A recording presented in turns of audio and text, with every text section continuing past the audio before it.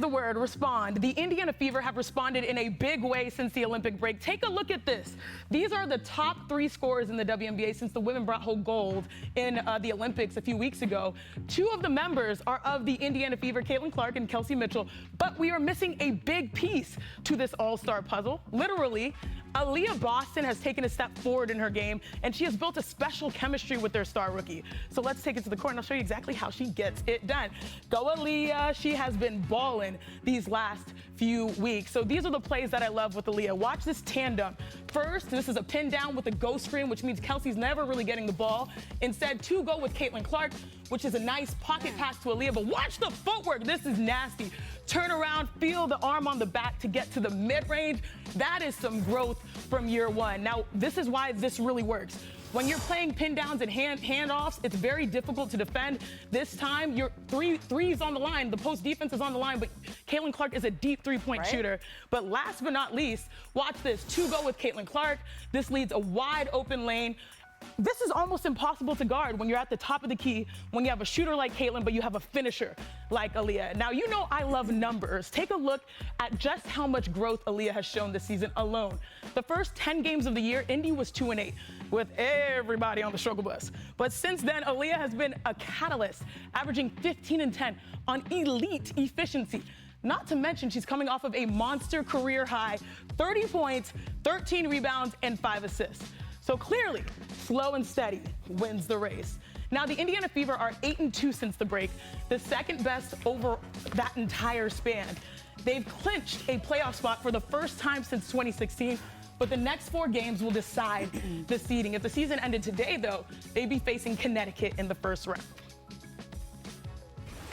Now, Rebecca, the second half of the season, the Fever have been like the most fun story. But when we hit the postseason, are they really going to make some noise? This is a team, Chene, that I think certainly can. I think they can, obviously, they're not only in the postseason, I think they can win a first-round matchup depending on who they play. Right now, they're seeded to play the Connecticut Sun, and this is a team, and the last time that these 2 teams matched up, Indiana did win that game. But the big concern for Indiana, of course, and you heard Caitlin Clark and Aaliyah Boston joking about it on the podium, is they don't have any playoff experience. Chene, their starting lineup has a combined 0 games of playoff experience. Their entire roster has only 9 games of playoff experience. So that's the question, is when they get into those moments, how will they handle going against some of those upper teams that have been there combined 200 times? I mean, look, you talked about a big 2, right? The superstar duo. They have a big 3 with Kelsey Mitchell. Oh, absolutely. Okay, and you like stats? I do. Stat I love Mamba. Who are the only trios in WNBA history to have 20-point games in consecutive games? It's got to be Minnesota Lynx trio? No? Asia Wilson, Chelsea Gray, and Kelsey Plum. Asia Wilson, Kelsey Plum, Jackie Young, and Caitlin Clark. Oh. Aaliyah Boston and Kelsey Mitchell. We're going to go to the Lynx. Yeah. I mean, look, they have a big 3 now, and I think Kelsey Mitchell has really opened things up, too. And that floor spacing, the pop she brings, the steal that she had where she pulls up. I mean, we didn't show that highlight because to me, that was a game-changing play in this, where they come all the way back in the second half. And I think it's not just the 2-man game. It's not just the 2-woman game. Kelsey Mitchell gives them that third option there that spaces the floor in a way that both those players, both Caitlin Clark and Aaliyah Boston, really need. Ramona. Before they continue, I mean, I feel like we're kind of getting away from the actual answer to the question. How are the Fever going to match up with the Suns? Personally, I think the Fever can match up with any team in this league. And one thing they want to mention, as I did hear Caitlin Clark say it, they were joking about it. They asked a question. But Caitlin Clark pretty much said, well, we've never been in the playoffs. And the fact that they don't have anybody on that roster that's been on the playoffs, including the coach, that alone is scary. But at the same time, I feel every game. So you know how the WNBA, the games, like, they're kind of just games. But when it's a Fever game, it is like a playoff atmosphere. So I feel that every game that they played in this year is going to prepare them for these long-term. Look, I'll put it like this. Every game that they lost in the beginning of the season, the first half of the season, look how much better of a team this is making them. You know, the big dogs in the league, the Aces, the Storm, the Lynx, the Suns, the Mercury, the Indiana Fever have played right there with those teams, toe to toe, and beaten a lot of those teams. And they've gone down in the stretch. They've gone toe to toe. They've played from behind versus well coached, well seasoned teams that have been playing for years together. I feel like the playoff experience, I'm gonna be honest. You guys might say I'm crazy or not. I feel that the Fever have been in playoff atmosphere games at least 30 to 40% this year. I mean, it's not going to get more packed than what they play in. They're the most packed arena, so it's not going to be fans. Pressure, shit. I feel like they've been playing with pressure all season. So are the teams that they've been playing toe to toe, are they going to play any harder? I mean, I feel like it's Caitlin Clark. We've clearly seen how they want to play against Caitlin Clark, and I don't feel that it's going to be much different. I feel that every team has been playing in a playoff atmosphere when they play the Fever. Am I wrong? I don't know. I feel like they're ready. I'm not going to say they're just going to go storm through the playoffs, but I definitely feel, and I'm not going to say that they're perfect. They have things that they need to clean up. And if they do, they're already a scary team to play. You think any team is going to, we got the Indiana Fever. Lick my chops. It's barbecue chicken. They're the 7th seed. We're going to wipe them. They're the 7-6 seed. We're going to wipe them. Nah, I don't think teams are looking at the Fever like that. So let's continue on. I'm going to see if Perk has anything to say. But the experience thing, people are going to say that's a, pro and con. I don't know. I don't think there's that much of a difference right now with them. Rebecca, do you know one of my favorite things that happens when I'm watching a WNBA game? What's that? I'll pick up my phone, and I'll get a text from Kendrick Perkins. He's like, man, these ladies are balling. I love it. So, Perk, what do you want to see from Caitlin Clark in the playoffs? Well, I just want to continue to see her growth for us being a leader, right? We know that she could hoop. We know that she could score the ball. We know that she can make others around her better, right? But her leadership. And look, I get it. I'm not comparing college to the WNBA, but when you talk about Caitlin Clark and Aaliyah Boston, they've been winners all their life, right? They've been playing in hostile, rowdy environments all their life.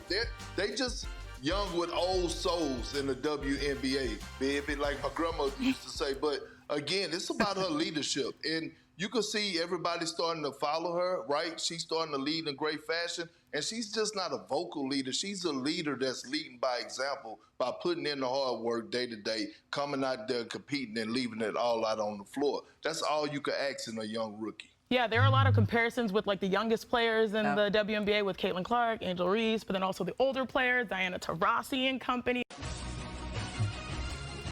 So look, another thing I do want to talk about is Kelsey Mitchell, Aaliyah Boston. These are great pieces right now for Caitlin Clark in this team. Obviously, Aaliyah Boston putting up the 30 piece. That's huge for us. She came up big in the second half on that big win. Kelsey Mitchell, she's been proven to be just on an absolute tear since the break, even beginning of the season. Me personally, I don't think they have the best start, but it's not like Kelsey Mitchell was a bum or anything like that.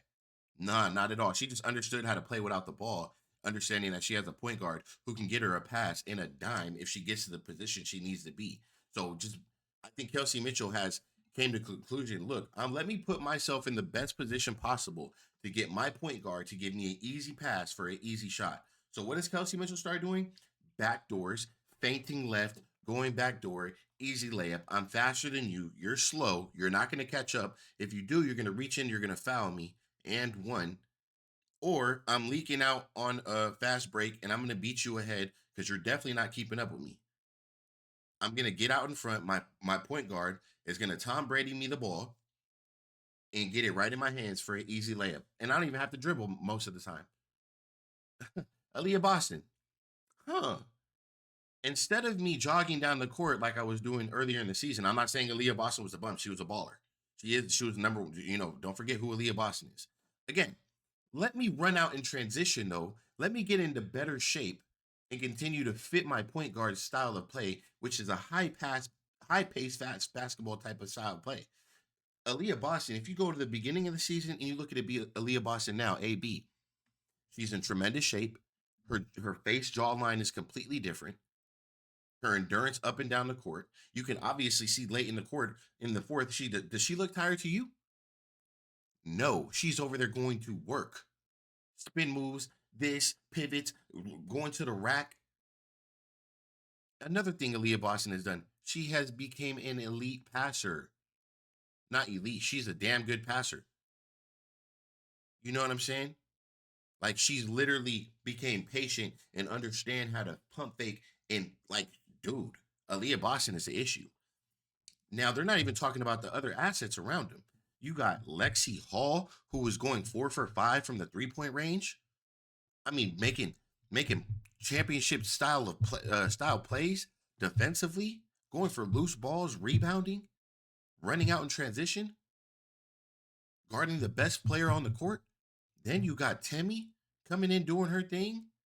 I mean, this team right here, I'm telling you, they keep about 6 of the core. You get rid of a couple pieces, get some new pieces in there. Woo-wee. That's all I'm going to say, man. But look, I think the Indiana Fever, whoever they get in the playoffs, I wouldn't be surprised if they get them out of the first round. I'm just going to be honest with you. I'm not going to say it's easy. I know they're not perfect. They got a lot of things to work on. I got faith in the team, though, and I think as far as experience, I feel like they've been playing in playoff environments every night. I'm going to be honest with you. So besides that, look, man, it's your boy, C. O'Connor. If you have not, make sure you guys check out the channel. Welcome to Game Day Network.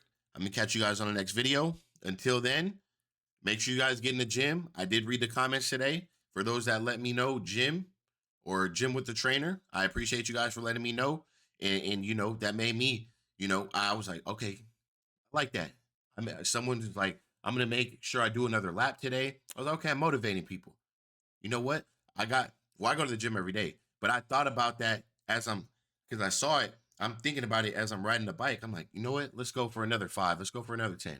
You know what? I wasn't going to do pull-ups today. Let me go ahead and let me do my pull-ups after I'm lifting. Boom, boom, boom, boom, boom. You got to lead by example.